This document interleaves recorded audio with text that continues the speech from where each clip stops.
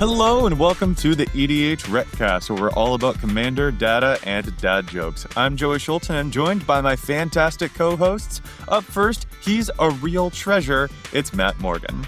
So, Joey, I found out that the letter P is the letter that pirates find the most calming, because without it, they're just irate. I'm into that. I thought that they would really enjoy the letter R or something like that, but your joke is a little bit better than mine. It happens. You should be used to it by now, though, Joey.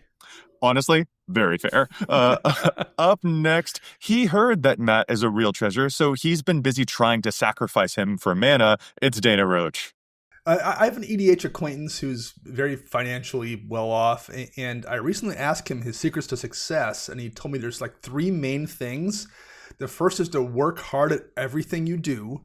The second is to live a healthy lifestyle. And the third one is to have a rich grandfather with a heart condition. I'm going to pass it on to all of you out there too, if you want to make your financial dreams come true. That's clearly the way to go. Wow. Oh, man. Dana's getting realer and realer with all of his dad jokes these days, and it is hitting real close to home, bro. Grandfather joke in this case. Very fair. Oh, this is silly. All right, Matt, what is it that the three of us are chatting about on today's episode, dude?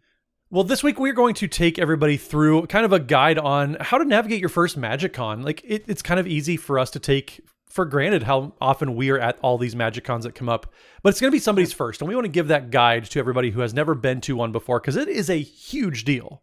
Yeah, we've got a list of do's and don'ts to go through here, which I think will be very instructive, very helpful. You know, a lot of the stuff that we do on the show is to help people level up their game, level up their playing, level up their deck building. But leveling up something like how to navigate a MagicCon is also just as important to make sure that you can have as best a time as possible. So, Matt, where is it that you think we should get started?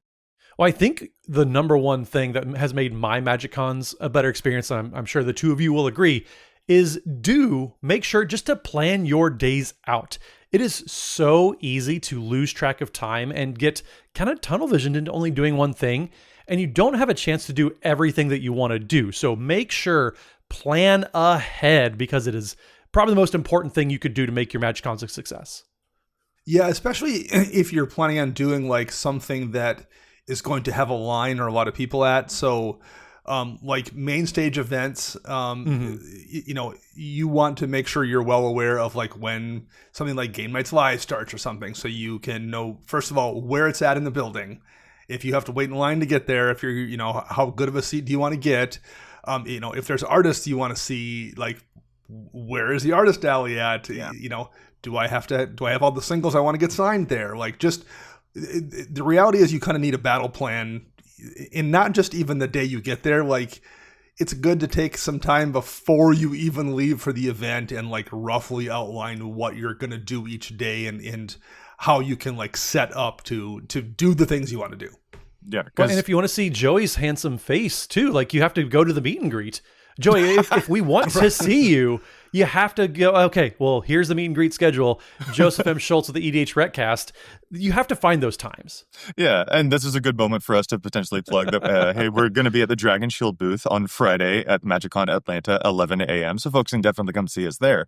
But that could be one of those things that you can plan out. All right, cool. I know that they're going to be at this thing, so I want to make sure that if I do any other events before then, or I play a game before then, that I know I don't get too caught up in the moment and miss some of those windows. And so having even small plans of attack, even small little notes, can really help keep you from letting the day get away from you, which is really easy to do at a MagicCon event space, which is filled with so many people. It's really, really noisy, and they're often windowless. So it's so easy to lose track of time in there when you're not seeing the passage of time from outside, Oh, how often have we all like been doing something and you like look at your phone and say, oh, what time is it? I have plenty of time. You're like, oh, it's 3 hours later than I thought it was.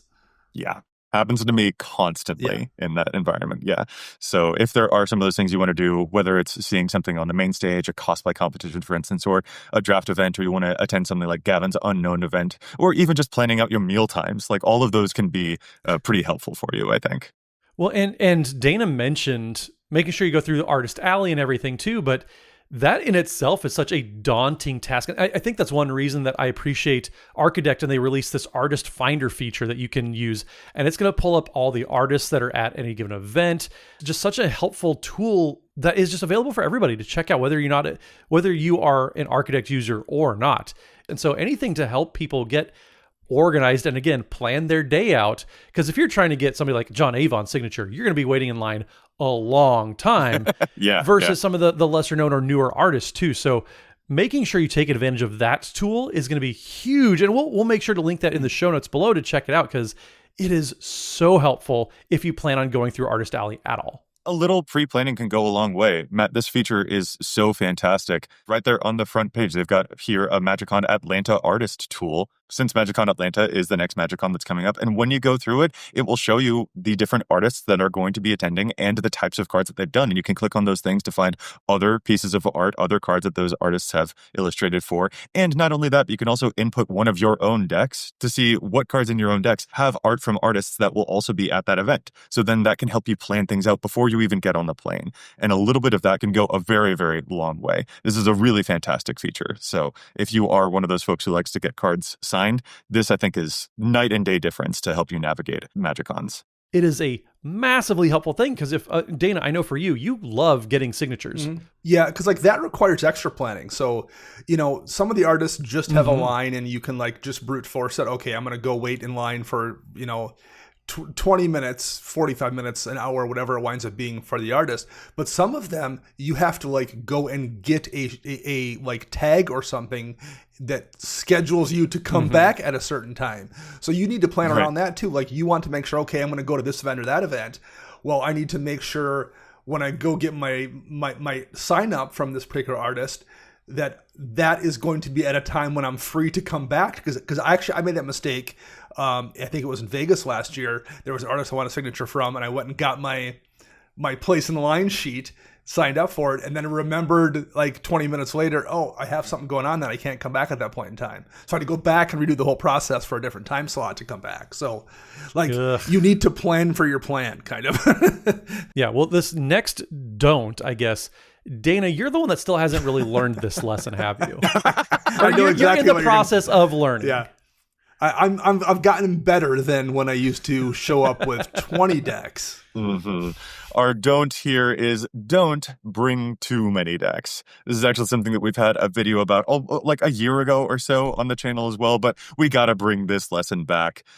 I know that we all want to bring a lot of decks because who knows what occasion might arise and what deck will be in the mood to play when it hits. But my back hurts just thinking of lugging that much cardboard around for that many days. So really, really hone down the list of decks that you're actually going to bring. I used to say I would bring maybe 6. I'm honestly down to I only bring 4 decks these days because you just don't have as much time to play as you think that you will. Dana, I do have to ask, how many decks are you bringing these days, and why is it maybe a 2-digit number? I think I brought 9 to the last event. I'm going to try to cut it down to 7 this time. Okay, it's a process, man. You got baby steps here. You can't expect me to be all the way down to 6 just yet. I got to get there. I got to wean myself off it. And Joey's not joking. This isn't like when he says it hurts your back. That's not just like Dana's old and it hurts his back. It hurts your back. Like that's a lot of weight, regardless of how old you are. Yeah. It doesn't seem like it, but having those decks in your backpack all day long, it is shockingly heavy over the course of a full con. Yeah, especially a strap digging into your shoulder, stuff like that. It over that many hours, it adds up. Yeah. Well, and two, it's never just your decks that you're putting in your backpack. Right. And we have another piece of feedback for you later. But just the decks alone, like I will only ever bring 4 or less these days. Yeah. And most of the times, I don't even do that because you never know how many games you're going to be able to get in. And also, too, you're bringing decks because you want to play them. And so I know it's really hard to prioritize. Like I have a wall of decks right behind me. I would love to play all of them 3 or 4 times, but just that's not how time works, at least in the year of our Lord Healy in 2025. And so finding a time to get to play even more than 3 decks is really, really hard sometimes, especially for the 3 of us. We have other obligations going on. But yeah, I will only ever bring 4 or less just because It's heavy. I don't want to carry them around, and I don't want to bring decks and like bring them from home when I know I'm not going to get to play all of them, because that's risk in my mind. The risk is a huge factor for sure. Yeah, this is no longer Vegas Magic event 2014 where I could like play 50 games in 4 days. There's just so many more things to do at these events than there was a decade ago when they were doing these Magic events. Like, there's tattoo booths. If you want to go get a tattoo, there's like people there doing tattoos. It's crazy how it's turned into like such a circus in a good way, with so many things to do. Play games, but go see the con too, for sure. It just goes back to the very first point. Like, you do need to plan your days out, which includes the time that you're just playing the game. And also too, like, if you have a favorite deck that you're bringing out, like at MagicCon Las Vegas last, I had a brand new deck that I wanted to play. I wanted to play my Noctis list. I was super excited about it. I knew I was going to play that deck more than once, which means like that's an opportunity cost that is being taken away from other decks. That's one less opportunity to get to play these other decks. So I intentionally cut a bracket 4 deck. Yeah, exactly, Joey. I knew I wanted to play this Noctis deck as much as possible. It's a brand new deck. And that just has to be a factor too. So just, you want to plan your days, because there is a ton. As Dana put it, these are not your GPs of 2015. Yeah. These are events. These are cons. And that just has to be a factor too in how many decks you bring. Yeah, your back's health matters more than the possibility that you might play XYZ deck or something like that. Yeah, 100%. And being aware of like just the math, the time reality of it all. A game might sound like it could take under an hour, but that won't always be true. Some of them can go 90 minutes. And if you're playing 3 games in a day and they're each taking 90 minutes, that adds up. And you do have other things that you probably wanted to do there. So being practical about how many games you'll actually get in a single day is a good reality check to make sure that you don't bring more, like your eyes don't end up being bigger than your stomach, and that can all really help out as you're lugging a bunch of stuff around. Honing that down it's been a really nice lesson for all of us that has made our experiences a whole lot better. So that's why we wanted to mention it here to everybody. Yeah, absolutely. I mean, so the next point kind of plays into this too, of like, yes, you don't want to bring too many decks, but on the same kind of note as that, you do want to make sure you're diversifying the types of decks that you bring. Like, if you're only bringing 6 decks, Joey, you're a bad example, because you would bring 6 graveyard decks and be perfectly happy to do that. Yeah, probably. But for the average player, like, I don't want to bring like 6 stompy decks. Like, I want to have a little bit of variance to what I'm bringing. So you always want to make sure, no matter what decks you're bringing, try to cover a good range of strategies and archetypes that you enjoy playing. Yeah, do diversify your decks. If you're not bringing too many, what are you bringing? This is a really good question to help you hone those things down, and having something that will help you be a little bit more equipped for various situations, that can be really useful. In our cases, I would say like, I'm certainly going to bring a bracket 2 and a bracket 3 and a bracket 4, rather than bringing just all 3s, for instance. For some people, they might know that they definitely always want to play in bracket 3 space, in which case, awesome. But I do like having the ability to diversify a little bit, like be prepared for anything is, I guess, the way for me to say it. And that does affect which ones that I will bring. If I know that I'm probably only going to play like maybe a bracket 4 game, then I'm not going to bring 3 bracket 4 decks. And so knowing those things in advance can really help out with that whole process. And one thing that they've really gotten good at the last couple of events too is in the play space, there are people that can find you a game of the bracket you're looking for. You're not just like going from table to table asking, hey, can I sit here? Can we play? Like, there are judges and people, organizers walking around that you can say, I'm looking for a bracket 2 game. And they're like, yep, there's 2 people over there. We'll find you a third. Just give me 1 minute. And like, tables are constantly filling up. I mean, there's hundreds upon hundreds of people playing and looking for games at the same time. Just whatever you want to find for a power level, you'll be able to find there. Yeah, the judges have done a really, really good job since the bracket system was rolled out, helping people. So if you're like a socially anxious person, this is your exposure therapy by getting out into MagicCons. Judges are heaven sent in helping you find games, because they know what you want. Okay, say no more. I got you covered. Judges are like the unsung heroes of MagicCons, but especially when it comes to finding games these days. Yeah. Yeah. I am kind of curious to dig even further into it. Like, how do you guys choose what kinds of decks that you will bring and why? Like, is there a specific thing that you angle for each time? For instance, are you trying to do a lot of like newer decks? Matt, you had just mentioned your Noctis deck. That was something you prioritized. Or do you go with old standbys, old favorites? How is it that you make the choices for the small number of decks that you will bring? Or in Dana's case, the 9 decks that he will bring? He says he'll get better, but he's not going to. It's going to be a full backpack again. It's a vibe check. Like, honestly, it's just like, what am I feeling like this week? Because some weeks I'm like, this deck really is interesting to me and I want to play it this week. And then like the following week, it'll be something else. So basically right before I pack, I'll just be like, what am I feeling right now? Mm-hmm. This looks interesting. This looks interesting. This feels, oh yeah, I just got 2 new cards for this deck from this set. I want to see how the whole thing works. Whereas like this deck has got nothing new. So I'm not really feeling it right now. So for me, that's what it is. I will like immediately be like, oh, these 12 decks all feel like something I want to play right now. And then I will hopefully cut it down to 7 of that 12 or whatever it ends up being. But that's how I do it. Yeah. So I really like that adage, Joey, that you brought up the last time we talked about this, that our friend Rachel Weeks had mentioned as kind of that heuristic of finding what decks you want to bring. And Joey, I'm drawing a blank on it. I know it was something aggro, something blue, but I forget the other 2. Oh yeah, she went with the bridal model. Something old, something new, something aggro, something blue. That's right. There it is. Yeah, and that served me really, really well. I followed that for Chicago and I followed that for Vegas this year. Mm-hmm.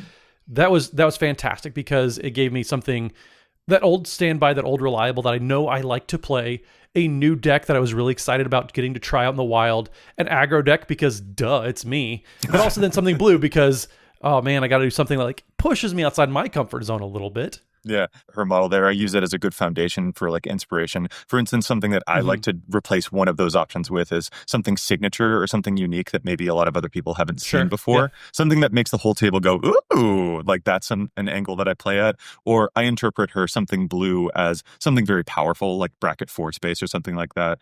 I do want to emphasize the importance of perhaps an aggro deck compared to a control deck in events like these. If you're going to be pressed for time, playing super long games might be the kind of thing that you yourself find you're like, dang, I wish I could wrap this up quickly because I've got a check on my watch and I've got to go hit that unknown event here in like half an hour. So I want to make sure I have time to get a sip of water and maybe something to eat before that thing fires. So I would definitely put a lot less emphasis on control decks or something that's going to take a long time compared to something that is going to actively progress the game forward with every move that you make. That's a really good point. Like, there's nothing wrong with control or with like stacks or whatever, except this environment is probably slightly less conducive to that than your LGS. At your LGS, it's much easier. Like if someone's not in the mood for stacks, they can just go somewhere else. They can do that here, but you're playing with so many strangers, and like you're maybe putting people in a position where they feel like they don't want to make a scene and leave the table. So I would definitely say, while there's nothing wrong with doing those kind of things, err on the side of playing things a little bit more friendly at these environments, unless you're obviously specifically playing CEDH or something. But like err on the side of decks that are less likely to be things people aren't in the mood for. Or if you're our friend, the 3 of us have a mutual friend who plays Warp World all the time. Just make sure you clear out your schedule if you're going to play with somebody like that. Sure, right. Definitely. Okay, before we get too much deeper into this episode, let's take a quick pause. We've got some shout-outs to do. We are excited to be teamed up with Dragon Shield. Their anti-glare sleeves are great if you're playing a lot of games under harsh overhead lights, like you'll run into at a convention center. Speaking of convention centers, as we've been doing this whole show, if you want to say hello to us or even play a game, we'll be at the Dragon Shield booth at MagicCon Atlanta this Friday, September 26th, from 11 a.m. to 2:30 p.m. So stop in and show off your favorite deck and the cool Dragon Shield sleeves that you can pick up at dragonshield.com, where you'll save 5% off your order using the code EDHREC. And if you'd like to support the show beyond just going to our fine friends over at Dragon Shield, you can do so in a lot of different ways, whether it's a free thing like subscribing on YouTube, liking this video, subscribing to your local podcast app. There's all that you can do, which definitely helps us. It helps more actually than you know, especially with YouTube's wild algorithms. But if you go to patreon.com/EDHRECast, you can support us directly there as well. And that's just a nice way for you to get yourself a little something in return for supporting us over on Patreon, whether you want to see all these episodes a day early. Like, I know that we changed up our publishing day, but if you want to see them a day early even yet, you can still do that over at patreon.com/EDHRECast. Just all sorts of different levels over there. Just a way to get yourself something in return for the financial support you give us, including getting in the running to be our patron of the week, which we give a very special shout out to. And so this week we want to give that shout out to Paul Holcomb, who there's a comb joke in here somewhere about bees and honey, but I lost it. Paul, I'm sorry, but hopefully you're going to be at MagicCon Atlanta. I will make it up to you. We'll figure out something for you there. But either way, we do appreciate your support and everybody else's support over on Patreon. Heck yeah. Thank you so much, Paul. And guys, we've got even more do's and don'ts to get into, but I think right now we're actually going to take another pause for Challenge the Stats, because there's so much data on EDHREC that we don't always agree with. So let's go ahead and challenge that data before we get back to our do's and don'ts for MagicCon. Comic-Con is great. It's one of the biggest annual gaming events out there. But Comic-Con is only once a year. Luckily, there's Comic-Con the Cruise. That's right, there's a cruise sailing round trip from Tampa, Florida to Nassau in the Bahamas on the ship Celebrity Constellation. This 4-day luxury cruise from January 30th through February 3rd, 2026 fuses fan-favorite elements of the Comic-Con community with unique, interactive, and immersive experiences. It's the ultimate fan adventure designed exclusively for fans like you. The cruise is hosted by Felicia Day and features a star-studded cast known for their amazing legendary work in fantasy, sci-fi, and adventure. We're talking Jason Isaacs, Billy Boyd, Alex Kingston. There's panels, there's gaming, there's workshops, there's cosplay, there's Artist Alley, there's late night parties, an immersive community that feels like the heart of Comic-Con, but more personal. Learn more and see the full 2026 lineup, including host Felicia Day and a star-studded roster of fantasy, sci-fi, and more at comicconthecruise.com/EDHREC. Book a reservation with promo code EDHREC to get $250 off your cabin. Once again, that's comicconthecruise.com/EDHREC and book your reservation with promo code EDHREC to get $250 off your cabin. Enjoy Comic-Con the Cruise, the ultimate fan adventure. Calling all EDH reckoners, or EDH wreckers, or EDH record keepers? What should we call you guys? Anyway, we're conducting an audience survey at gum.fm/EDHREC, and we want to hear from you so that we can keep making content that you love. You know this, we know this, there are ads on our podcast. YouTube ad revenue is nowhere close to covering all of the costs that are associated with running the show, so having things like a sponsor on an episode does so much for helping us to pay rent. But we also want to improve that experience so that you don't get ads that don't reflect your values, or our values as a Magic community. We want to improve at this, and improve it for you, and to help you avoid ads that have stuff that you're not even remotely interested in. In order to do that, though, we need to get a little bit of audience data that we can then demonstrate to sponsors. You gotta have the data in the first place to challenge the stats, you know? If you head to gum.fm/EDHREC, which we'll also link in the description, just 2 minutes to fill out that survey would be huge. It is a super quick and completely free way to help us out, and also to help improve your listening experience. And hey, maybe while you're at it, let us know whether we should call you EDH Reckoners, or maybe something else. So again, the survey is completely free and will take you 2 minutes, and you'd be helping us out so much by doing it. Go to gum.fm/EDHREC to fill out our audience survey. That's gum.fm/EDHREC. All right, I'm going to get us started with Challenge the Stats this week, and I want to talk about a little lobster friend named Ragost, Deft Gastronaut. This is a 2-mana 2/2 lobster citizen commander in Boros from Edge of Eternities, and he's got 8,000 decks to his name right here. He's a popular little fella from the Edge of Eternities set.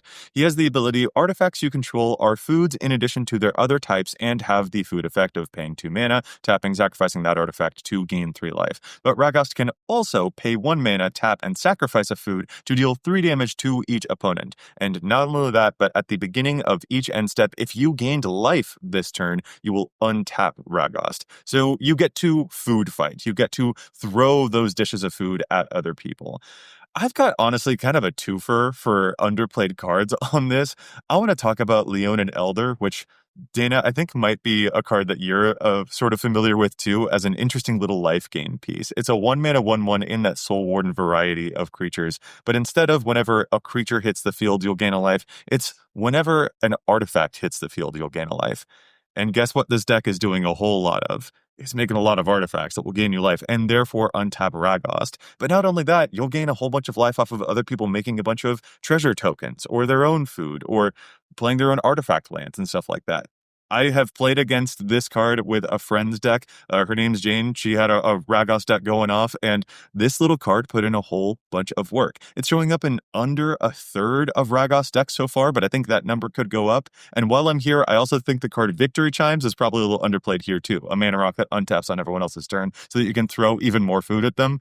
There's a lot of really clever toys out there for Ragos, so if you were building this lobster fella, take a look at some of these cards. They deserve so much more love. And our listener challenge this week is brought to us by listener Mads, and it's for Bellow, Bard of the Brambles. Bellow is a 3-mana raccoon bard, Gruul and 1 for 3/3, and during your turn, each non-equipment artifact and non-aura enchantment you control with mana value 4 or greater is a 4/4 elemental creature, and it has indestructible haste, and whenever this creature deals combat damage to a player, draw a card. And Mads is challenging the card Social Engineering from the recent Edge of Eternity set. And Social Engineering is a 3 double green enchantment with landfall. Whenever a land you control enters, create a 2/2 colorless robot artifact creature token. But what works really well here is the warp ability. You can warp the enchantment in, and because it costs 5 to cast, it's a 4 CMC enchantment, so it benefits off the ability to make it into a larger creature and swing with haste and indestructible. Really, anything with warp is going to be really useful in this deck. You can get them out for much cheaper than you normally would, and like things like your Social Engineering is just going to work well with your deck. Since you're in green, you're going to be doing kind of accidental landfall stuff anyway. That's just how green tends to work. It's just a good value in that deck. So yeah, I think that's a good piece, and really almost anything in warp is really going to shine here. Nice. That's a cool challenge, Matt. Yeah, so my challenge this week actually is a card that I have been trying to find more and more homes for, and it's just been so good in the decks that it really does make sense. So the card that I'm going to challenge is from one of my favorite sets, Baldur's Gate. You probably knew this was coming, but Abdel Adrian Gorian's Ward is a card that I have been absolutely in love with, and there's a new commander from Edge of Eternities that I think it's really going to shine in. So Sir Vondum Sunstar Exemplar is the new Orzhov commander that's all about exiling things, putting +1/+1 counters onto Vondrum, and then when it dies, you get to destroy things if it has a power 4 or greater. So there's a lot of play around there. It's a space that, especially in Orzhov, Wizards seem to have really enjoyed playing around with because it's rewarding you for exiling your own things or things dying.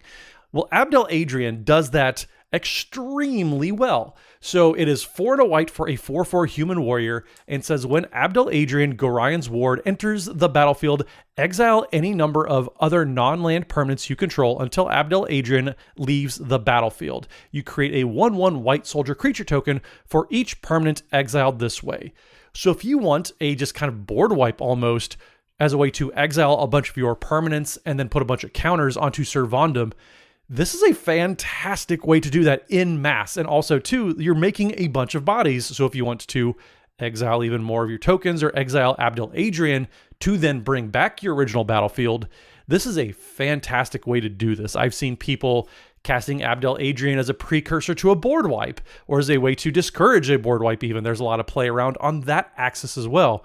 So I have just absolutely love Abdel Adrian, and Sir Vondum Sunstar Exemplar just seems like such a natural place for that. It's only being played in about a quarter of decks so far, and I think if you want just a lot of play at different brackets even, Abdel Adrian should be in probably more than 25%. This is such a powerful card that does a lot of different things that you want to be doing in the deck. Give it a shot, everybody. It's a 10-cent card. You cannot go wrong with Abdel Adrian.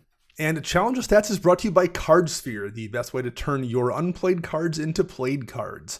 I just got back from a long road trip and came home to about a half a dozen envelopes filled with cards from Cardsphere users, and that's up there with having a dog greet you at the door in terms of cool things that have happened after coming home from a long trip. So you just mail out the cards you're not using and use the credit you get to get cards you want. Go to cardsphere.com/EDHRECast today to get started. Nice. All right, guys, getting back to our main topic of some do's and don'ts for MagicCon. We had a do and then a don't and then another do. So let's bring it to another don't. And here the don't is going to be, y'all, you don't need to bring your entire trade binder. Trading is not a thing that happens too often anymore, at least in my experience. So I guess the thing here would be don't bring it willy-nilly. bring trade stuff if you really have a plan to do trade stuff. But otherwise, it may not be the move.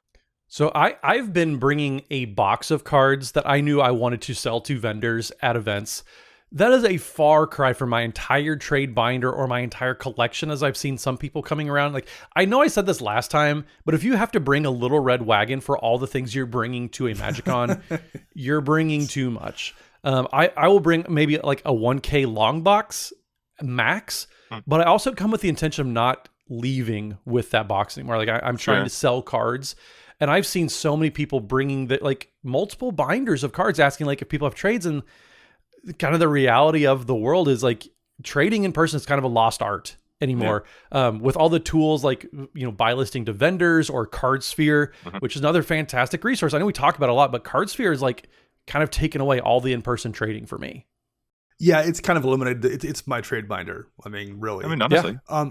But also like trade binders are just inconvenient. Like even if you do want to get rid of stuff at a vendor or something, binders are not the way to do it. Like it takes up too much time. Vendors don't want to take your binder, look through it. They want you to just hand them cards.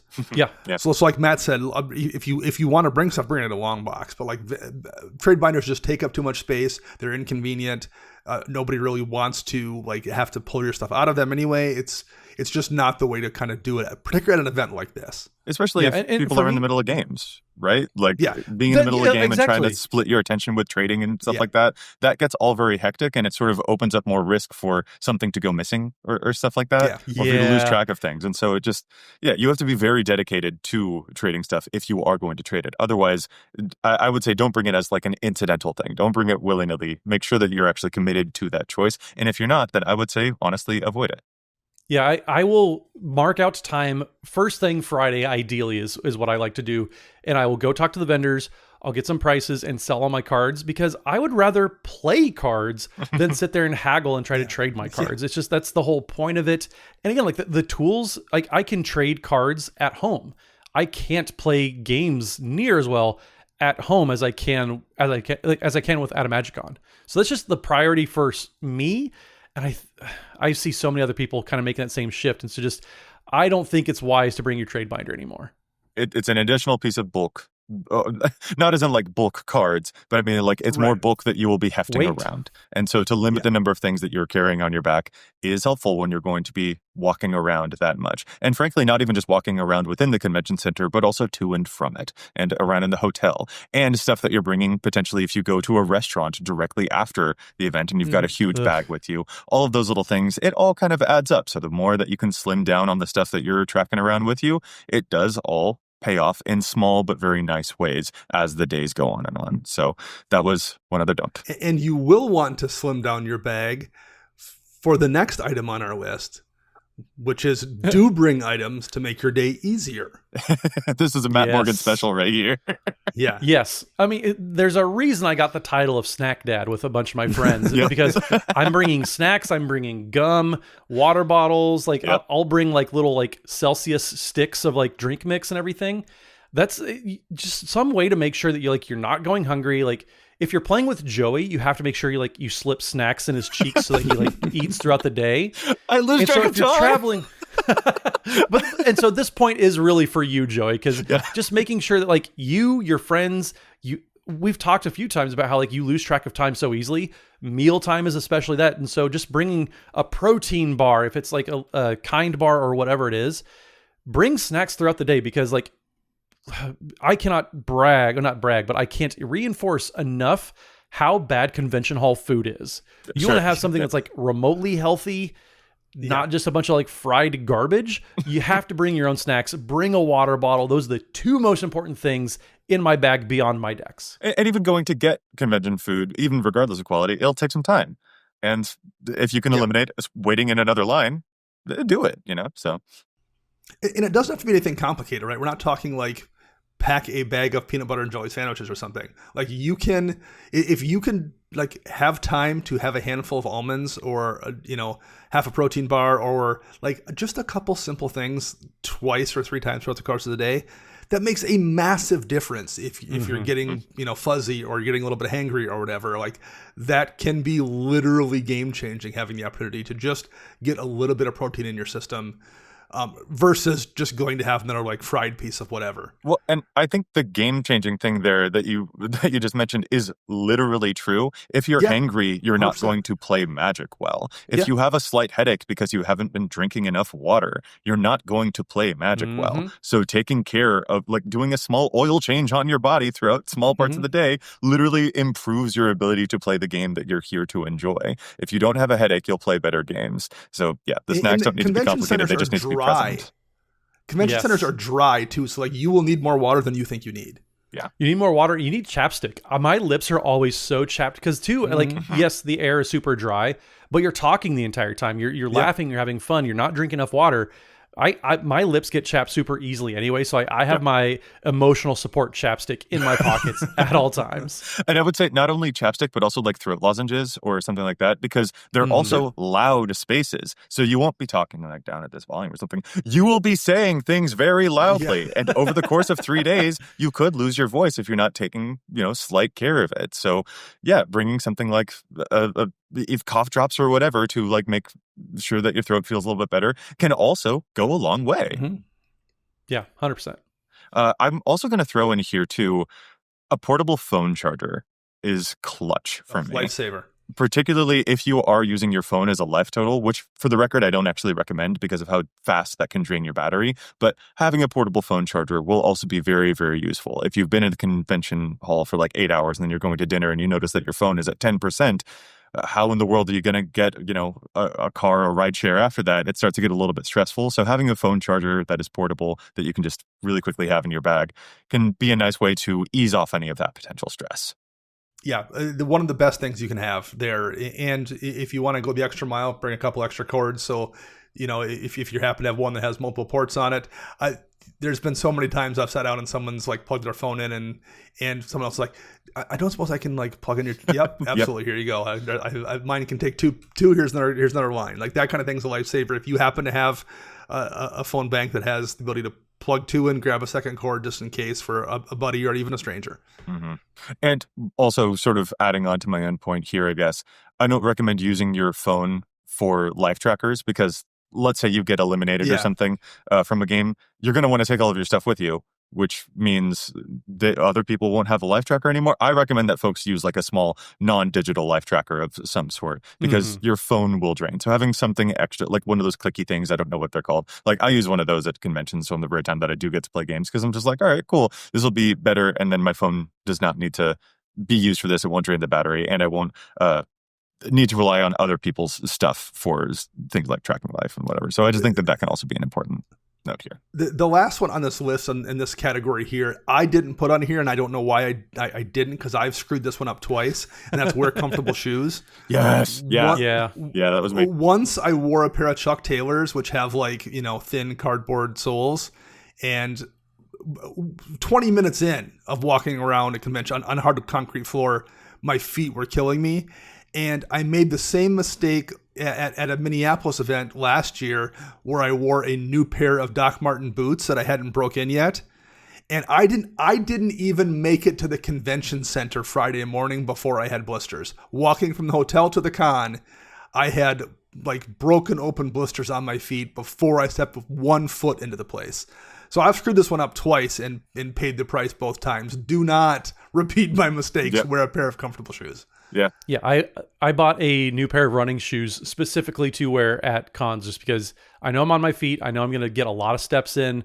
I think I was at Vegas. I was averaging like 25,000 steps a day. It's a lot. That is so much more than I do at home. And so just keep that in mind, everybody, because even just to get across the hall, like you're walking a quarter mile, if not more. Yeah. It's not just on your feet. It's on your feet on concrete. That makes it exactly. That combination is rough. Yeah, I've made this mistake too before. I've made this mistake at a Pride event a couple of years back. And it's just like, oh, my feet are so angry at me that I may not walk for another week or something like that. So like transferring some of these regular life lessons into the Magic space seems very, very important.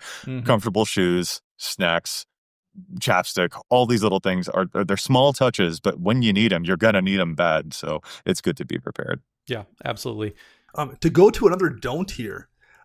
Don't be complacent with bag safety. And I think this is a thing that people have gotten maybe better about, or you maybe hear about problems less, but like people still get stuff stolen at cons. Yeah. And it's almost always from your bag. So like be vigilant, be aware of where it is, know where the zippers are when you sit down, put up between your legs, loop a strap under your chair leg so someone can't grab it and walk away with it easily. Like do what it takes to so you don't have to worry about it. You can pick up an air tag for I think $25 these days. I think a tile is less than that, even if you're an Android user. And like that's worth it to have that in your bag, to know in worst case scenario, if you lose it or someone walks away with it, you can track it down. Yeah. I really would emphasize like putting bags between your feet, looping a strap around your leg or a chair leg, as you suggested there, having them right there rather than hanging off the back of my chair. If like a zipper is accidentally open or something hanging off the back of my chair, there's an opportunity there, and it's a bit of an unforced error. If it's right between my feet, then I know exactly where it is. I know no one's going to get to it, and then I don't have to also have that back of the mind worry about it while I'm chatting around with other people or doing whatever it is that I'm doing. And not having that small nagging worry is really nice to help you be present with the other people that you're trying to be present with. Yeah, I've come to be using like a messenger bag type of bag currently.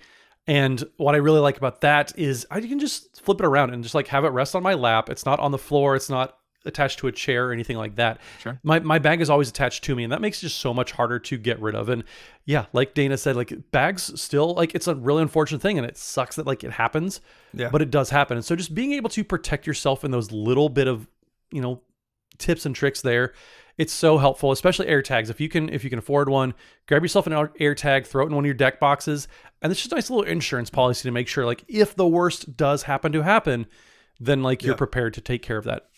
Yeah, and we're kind of spoiled a little bit because when we are playing out, in a play space, usually we're kind of playing in the same area, or we'll have some EDHREC friends there, and so there's people around us that like know us, and if they see someone come up to our bag or fiddling with it, they will probably know that looks weird. But if you aren't there with a bunch of friends, like there's not going to be probably anybody around you who will would raise an eyebrow if someone came up behind you and put their hand in your bag. They might just assume it was your friend. So this is kind of thing where like if you are there with friends, maybe play with your friends. Or play around them. Even if you're not playing with them, sit at the same table in a different pod. So you have someone also that can kind of catch if something odd is happening if you're not paying attention. The buddy system is very, very useful. I think this also has something a bit to do with your deck selection to an extent. I have seen comments in various places online of people saying that they're not going to bring their most expensive decks to these events as much as they would love to show them off. If there is some amount of risk associated, then they would prefer not to invite that potential unforced error onto themselves. So they're just not going to take that chance, and they'll bring other decks instead. And that could also be the correct choice for you. It may not apply to everyone out there, but it could be another thing that influences deck choices. So, don't be complacent about your belongings. Make sure that you are keeping a proper amount of attention on them. And these small tricks can all be the types of things that can add up to a difference. It's better to be safe about it. Yeah, absolutely. And to shift the tone, because I know this was kind of a stern warning to everybody here, but we do want to remind people, you want to take advantage of just everything going on at MagicCons. We've mentioned this a couple times already, but it does deserve its own point where MagicCons have grown so much more than they were. And, the GPs, when this podcast first started, it's such a different thing. And there's so many things going on there. It is so easy to lose track of time, but there's also so many things you want to be doing. There's just experiences that you just don't get to do at other places other than a MagicCon, like preview panels, getting to see the brand new sets that are coming out. That is always one of the most packed events ever, or game nights live. If you want to meet Joey in person, you can do that. You can do that. I'm you real. Can't do that at home. Joey is real. That's what I'm he looking will forward sign. to most, is meeting Joey He will in person. sign Bajuka Bogs for you if you ask nicely. And so just make sure you keep that in mind. If you have things you want to do, set out to do that and just accomplish your goals, because it is such a fun, amazing experience. Yeah, I don't just go to a MagicCon to then just play Magic. That can be part of it, but that shouldn't be the entire thing. There's a lot of other stuff to take advantage of. So do take advantage of those unique experiences, because where else are you going to get them? That feels as a good reminder for the the way that these things have grown to lean into those different potentials for sure. Yeah, like there's unique swag that artists have, and there's just all kinds of like weird booths, people selling magic jewelry and like in any kind of odd thing you want. I mean, there at these cons now, there are 100+ vendor booths, and they're not all people just selling like magic cards. There's just a lot of random interesting magic stuff there that you can get. We mentioned you can literally go get a tattoo if you want to go get a tattoo. Like there's I think there was a dozen plus tattooists at Chicago and Vegas last year. That's going to continue at Atlanta this year, maybe even more. And those were so busy, you had to sign up for a time, and it was tough to get them sometimes. Like there were so many people getting tattoos. There's just the cosplay contests. There's almost always some kind of like a find stuff event, like go find this thing and take a picture of it or whatever. Like there's a bunch of those kind of weird games that are happening. D&D stuff going on. Like there's all kinds of things. Go see it all. Enjoy it all. Yeah, different drafts, different types of events that you don't see anywhere else. Pin trading, there's a whole bunch of stuff. So leaning into all of that is a really good lesson. On that, though, I think it's important for us to mention here, there are a bunch of different things going on at MagicCons, and one of them, often there's going to be some type of party that you can sign up for as well. They've had like DJs and things like that, or they've gone to like House of Blues parties and such. Here's a quick don't bring your decks and your trade binders to those.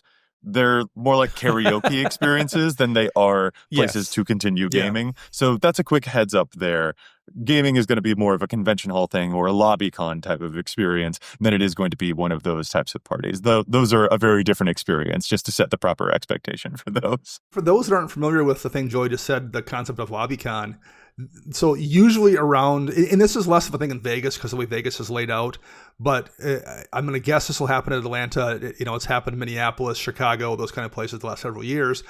Because there's a handful of hotels clustered around the convention center, usually people will be playing Magic in one or multiple hotel lobbies after the convention as well. So like if you aren't someone who wants to go to a party or something, check out the hotels. There's almost always going to be sometimes lots of people playing in those lobbies, playing games after the con closes.